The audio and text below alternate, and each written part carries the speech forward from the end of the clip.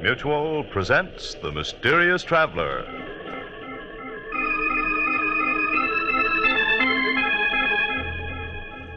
This is The Mysterious Traveler, inviting you to join me on another journey into the realm of the strange and the terrifying. I hope you will enjoy the trip, that it will thrill you a little and chill you a little. So settle back, get a good grip on your nerves, and be comfortable, if you can, as you hear the story I call Murder in Jazz Time.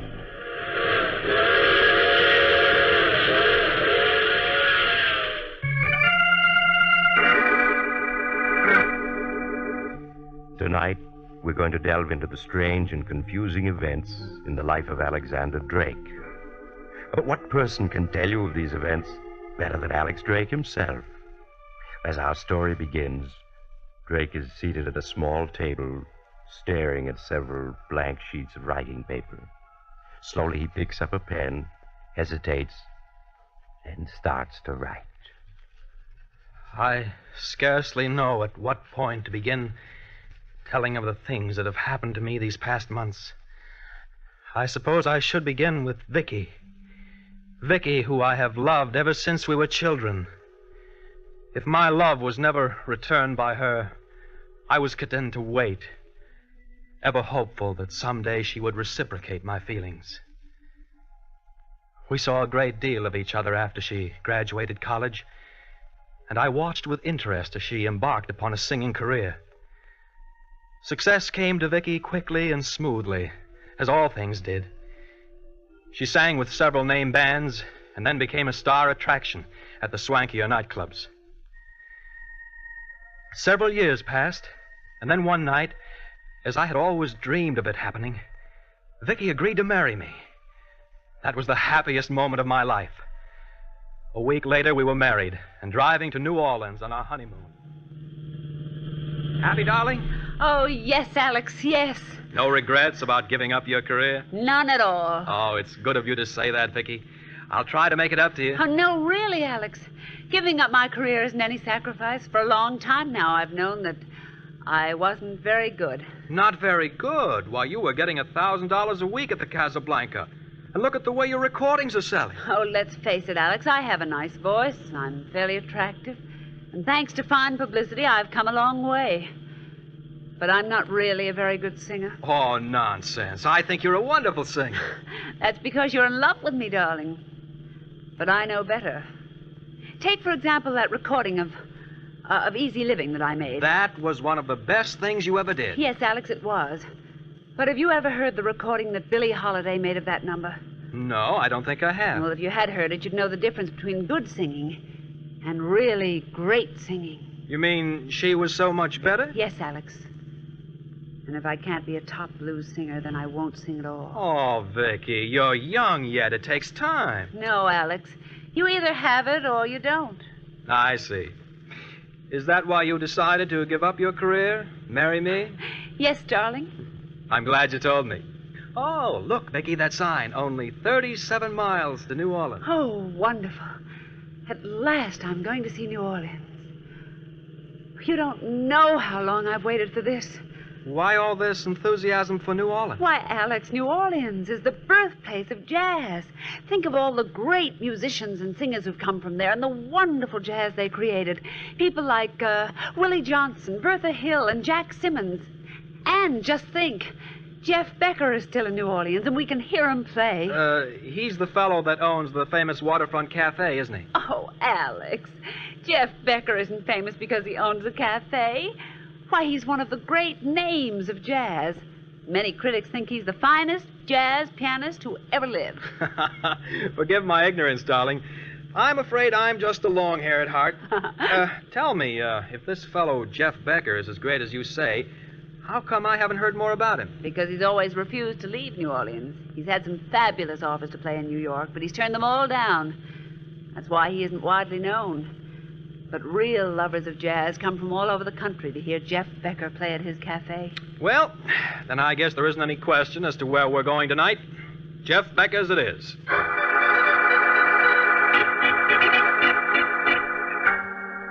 An hour later, we were in New Orleans and registered at a hotel. Early that evening, Vicky and I had supper at Antoine's, and then we left for Jeff Becker's cafe.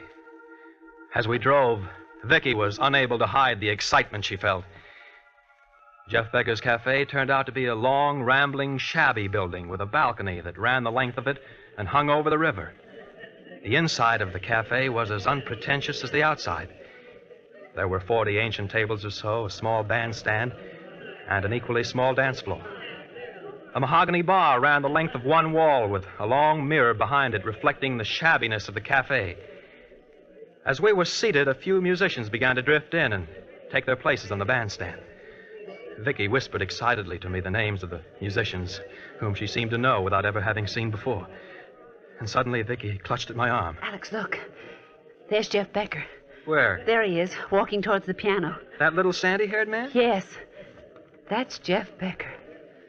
I stared at him and felt somewhat disappointed. For no good reason whatsoever, my imagination had led me to see Jeff Becker as an impressive-looking individual, whereas in reality he was a slight man, being no more than 5'5", with a plain, undistinguished-looking face. He looked a good deal younger than the 50 he was reputed to be. There were two very attractive-looking women with him, both of whom followed his every move as he sat down at his piano. The talk and the laughter in the cafe died out, and Jeff Becker and his men began to play.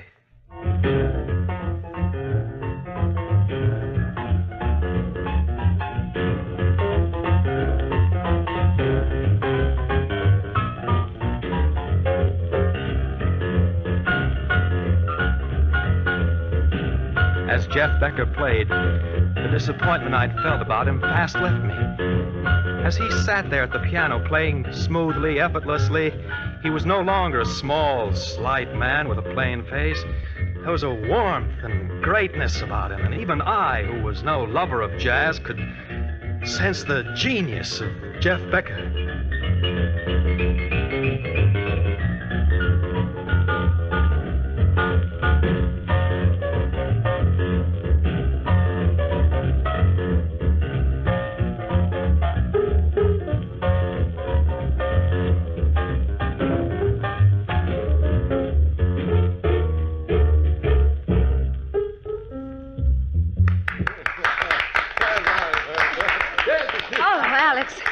Isn't he wonderful? Yes, Vicky, he is. He really is. Alex, look.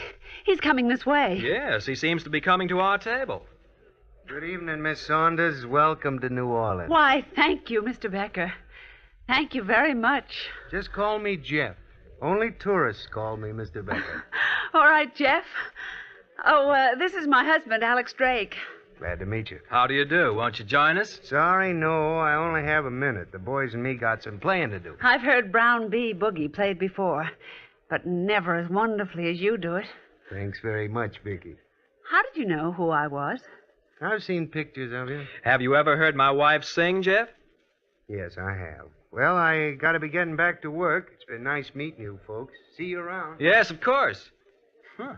An abrupt sort of fellow, isn't he? He was being tactful, darling, not abrupt. He was afraid you might ask him what he thought of my singing. Well, what's wrong with my asking him that? Oh, nothing. Only it would have made Jeff Becker unhappy to have told you the truth about my singing. Well, anyway, I still think you're great. Thank you, darling. Oh, look. They're going to play now.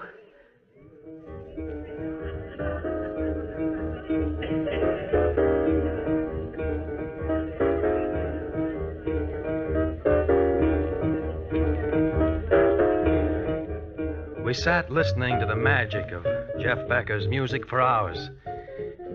When I suggested to Vicky that we leave, she refused, insisting that we remain until closing time, which was 4 in the morning. The next evening, found us once again at Jeff's Cafe. And again, we remained until closing. Try as I might, I couldn't get Vicky interested in the sights of New Orleans and the fascinating swamp country nearby. Night after night, despite my protests, we would end up at Jeff's Cafe. Life to Vicky came to revolve around these nightly visits, and all else seemed unreal to her. Soon, even I lost track of time. Weeks passed, and then one night at closing time, Jeff Becker came over to our table. For the first time since the night we'd met. Howdy, folks. Glad to see you still with us. Hello, Jeff. Well, how do you folks like New Orleans? Having a good time? Frankly, we've seen very little of New Orleans outside of this cafe. Well, just between us, there ain't very much more to see. I agree. Oh, dear, it's closing time already. No sooner do we get here than it's time to go home. Well, if you'd like to hear more music, why not stay on? The boys and me always have a small session after closing hours. Well, thanks very much, Jeff, but I'm afraid that we really must... Oh, we'd love to stay on, Jeff. It's wonderful of you to ask us. Glad to have you. See you around. Vicky, enough is enough. We've been here since 9 o'clock. Alex, you don't understand. It's an honor to have Jeff ask you to stay on. Few people get that invitation. Well, I'm duly appreciative, believe me, but 7 hours is enough of this place for one night. Now, come along, Vicky. Let's go back to the hotel. No, I want to stay for the session. Vicky, I think I've been more than reasonable. Coming here night after night for weeks. Now it's about time I got my way. I insist we leave. I won't go, I tell you. I'm staying here. If you want to go back to the hotel, don't let me keep you. As Vicky screamed at me, for a brief flashing moment, I almost imagined I'd seen hate in her eyes. The shock of that moment was like a revelation. Suddenly, I realized that Vicky had changed, that I was losing her. Her face, as she listened to the music, was like the faces of the musicians, and Jeff Becker's himself. Their emotion laid bare, by turns ecstatic, impassioned, unresisting. I was an outsider looking in on a way of life of which I could never be part. The lateness of the hour, the smoke-filled room, and my confused thoughts were too much for me, and I fell asleep with my head on the table.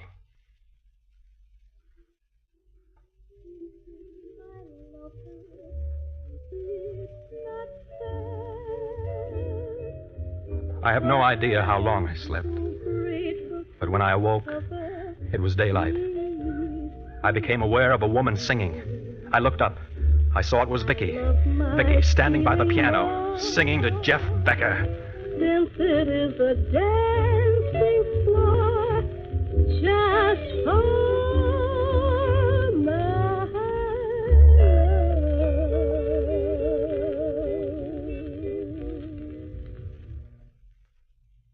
Well, Jeff, I don't know, Vicky.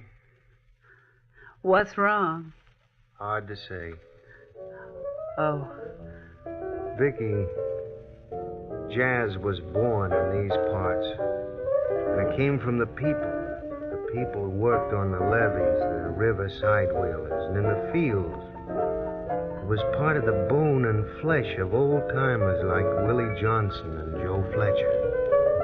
They played jazz the way it was in their hearts. A singer like Chippy Hill just stepped up, clapped her hands, and gave out with the blues. That's what made it great. They played and sang as they felt. I see. Second-rate musicians picked up something that was fine and clean and took it to the big cities in the north. But they weren't playing for the sake of music. They were playing for greenbacks. And is that what's wrong with my singing? Afraid so. I reckon you had too many teachers, Vicky, and they all taught you to sing by the book. It may be popular, but it ain't good. Do you think it's too late to go back? Hard to say, Vicky. Do you want to start all over? Oh, yes, Jeff, yes. Would you let me stay on here and sing with your band? Well, if you feel... No, Vicky. Alex! You're not singing with the band. We're leaving New Orleans at once. Alex, be reasonable. You It's know no it- use, Vicky. We're leaving New Orleans today, and that's final.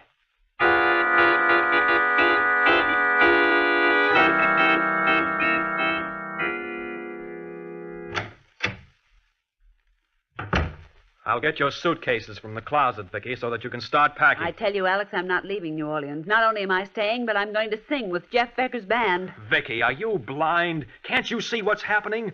You're losing all sense of perception, of values. Life to you has come to mean only Jeff Becker's Cafe. I don't care. That's where I belong, where I really feel alive. If you loved jazz, felt about it the way I do, you'd understand. I do understand, but there are other things besides Jeff Becker and his music. Not for me, there aren't. Now, here's a suitcase. Start packing. It's no use, Alex. I'm not leaving. You'll have to choose between Jeff Becker and myself, Vicky. Well, I'm sorry it's come to this, Alex. But I'm still going to sing with Jeff Becker's band. It was at that moment I knew that I had lost Vicky. As she turned away from me, an overwhelming hatred for Jeff Becker surged up within me. Had he been in the room at that moment, I would have killed him without any hesitation. I left the hotel, walked the streets of New Orleans. I knew that Vicky would never be mine as long as Jeff Becker were alive. And I also knew that I couldn't go on without Vicky. There was only one answer. I returned to the hotel, told Vicky I would remain in New Orleans with her. Night after night, we continued going to that waterfront cafe. And each night after the place had closed, Vicky would sing with the band.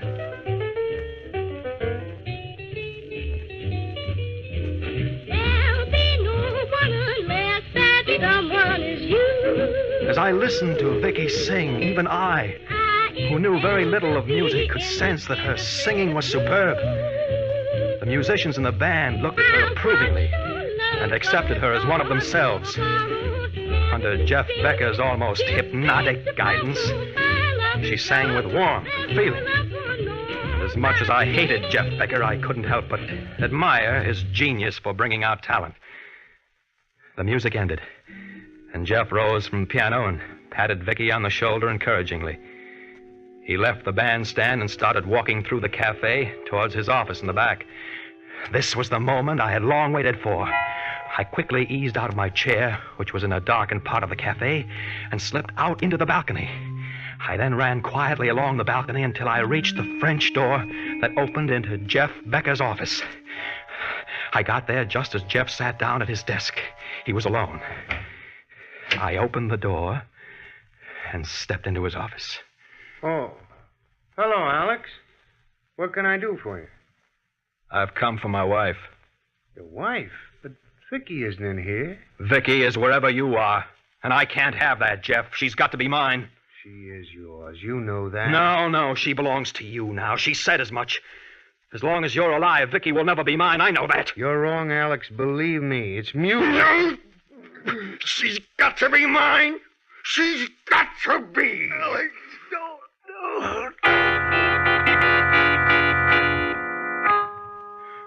I felt Jeff's body go limp in my hands. And I knew he was dead. I quickly picked up his slight body in my arms and carried it out to the balcony.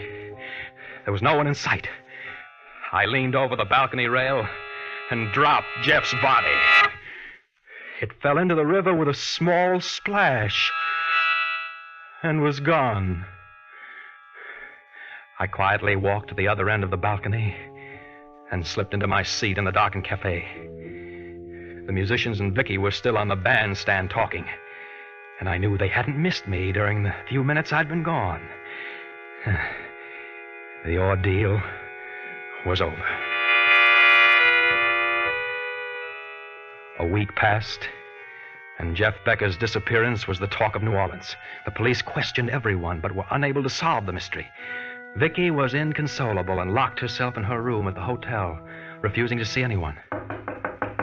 Who is it? It's Alex, darling. Please let me in. Darling, you can't stay in your room like this day after day. You know it isn't good for you. Vicky, let's leave New Orleans. Go to New York. No, I'm going to wait until Jeff comes back. Vicky, Jeff isn't coming back. What? What do you mean? A body was found floating in the Gulf this morning. The police think it's Jeff's body. Oh, no! No. After a week in the water, naturally, it was hard to identify. Jeff! Dead? Yes, darling. It's in all the papers. Oh. Alex! You mustn't cry, darling. Here, let me wipe your tears. Don't you think it would be better if we left New Orleans?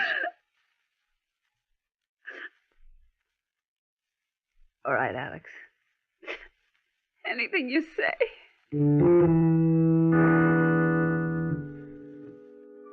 A few days later, we were back in New York. There was snow on the ground, and the air was invigorating. What had happened in New Orleans seemed like a dream, a bad dream. At first, Vicky was melancholy, but as days passed, she grew better, and I felt confident that in time she'd be her old self. We saw all the shows in town and dined at the finest restaurants. And then one night, I took her to Carnegie Hall to hear the Philharmonic Orchestra. Here, darling, here's the program. Thank you. Oh, I see they're going to play the Rachmaninoff First Piano Concerto with Andre Duval as soloist.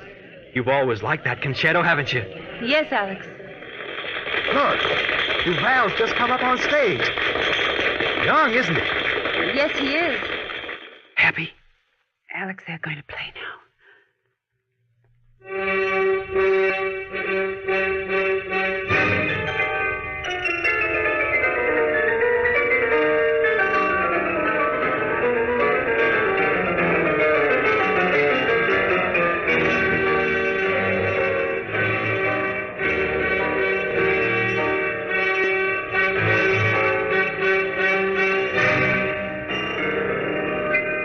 As I sat there in that great concert hall listening to the orchestra, I became aware of discordant playing. I looked at Vicky, at other concert goers, but none seemed aware of it. The discordancy grew. And then suddenly I realized it wasn't the music of Rachmaninoff I was hearing. It was the music of Jeff Becker, being played faster and faster, louder and louder. I fought the impulse to scream out.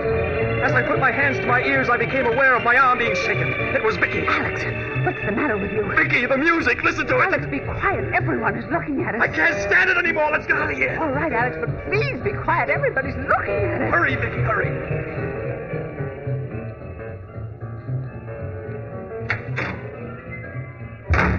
Oh, it's gone. Thank goodness I can't hear it anymore. What's gone? The music. Alex, you aren't making any sense. We came to the concert to hear music. What's wrong with you? Wrong? Nothing. Nothing at all. I just suddenly felt ill in there and had to get out. Perhaps we'd better see a doctor. You look so pale. No, I'm all right now. Are you sure? Yes. Let's go home now, Vicky, huh? All the way home, I kept thinking of the amazing hallucination I'd had. Obviously, it was the result of the mental strain I had undergone in New Orleans. But with sufficient rest and relaxation, I would soon forget the horrible events that had occurred there. Arriving home, I went to bed, but found it difficult to fall asleep. Hours later, I drifted off into an uneasy sleep, and then I started dreaming. I dreamt that I was in Jeff Becker's cafe, and the only people there were Jeff and myself. He was seated at the piano playing, smiling at me. I walked over to the bandstand, and he spoke to me. Hello, Alex. How do you like this number? Pretty good for a dead man, huh?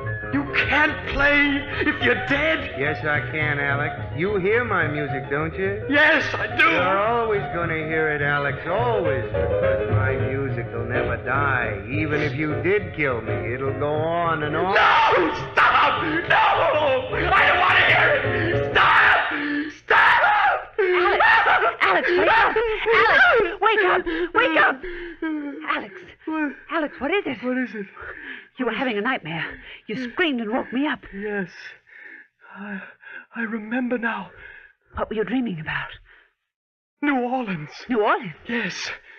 Go back to sleep now, Vicky. I'm all right. I'm all right, I said to her. But I wasn't.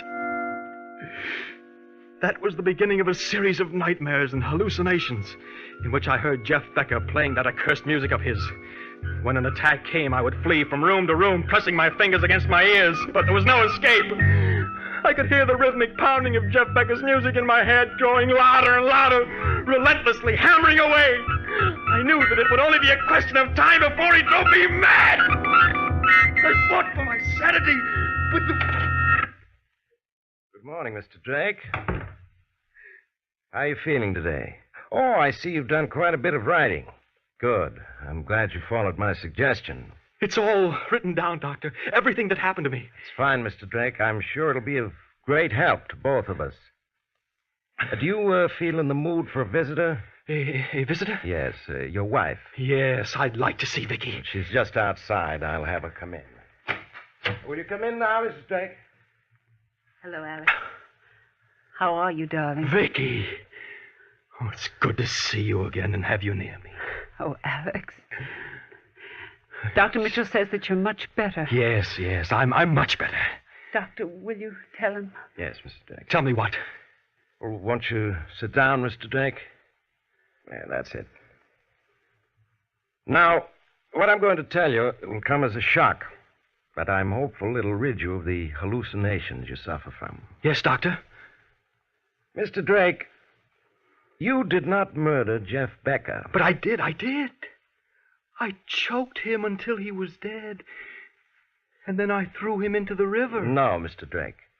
Jeff Becker was not dead when you threw him into the river. He was only unconscious, and the water revived him. His body made a splash, a small splash. Jeff Becker is alive. He was picked up by a fishing trawler going to sea. Do you understand, Mr. Drake?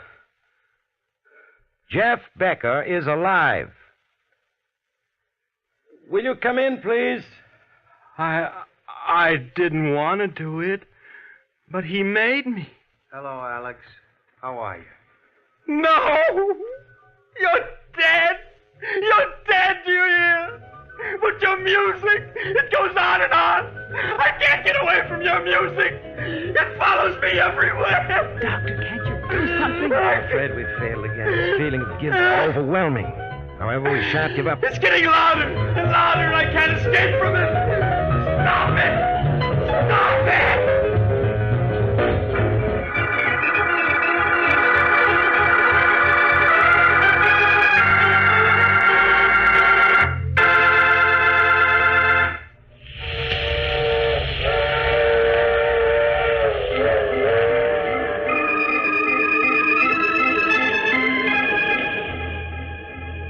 This is the mysterious traveler again. Too bad about poor Alex, wasn't it? It just goes to prove you may be able to escape the law, but there's always your conscience to reckon with. What happened to Alex? Oh, he finally responded to medical treatment, and today he and Vicky are a very happy couple. However, there are still two things Alex can't stand: jazz and the sight of rivers. He's strictly a long hair these days. Now, I recall another young man once who decided that two murders are better than one, and so... Oh, you have to get off here. I'm sorry. But I'm sure we'll meet again. I take this same train every week at the same time.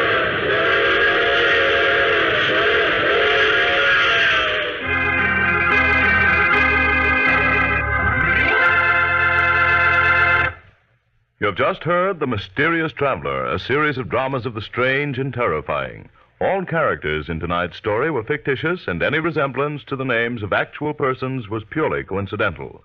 In tonight's cast were Maurice Toplin, Frank Behrens, Joan Alexander, and John Gibson. All recordings heard in this program were played by Miss Hazel Scott and may be found in her latest album, Great Scott.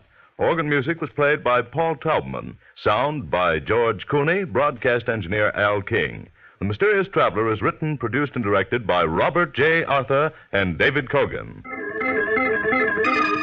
Listen next week to a tale titled The Little Man Who Wasn't There. Another strange and suspenseful tale of the Mysterious Traveler.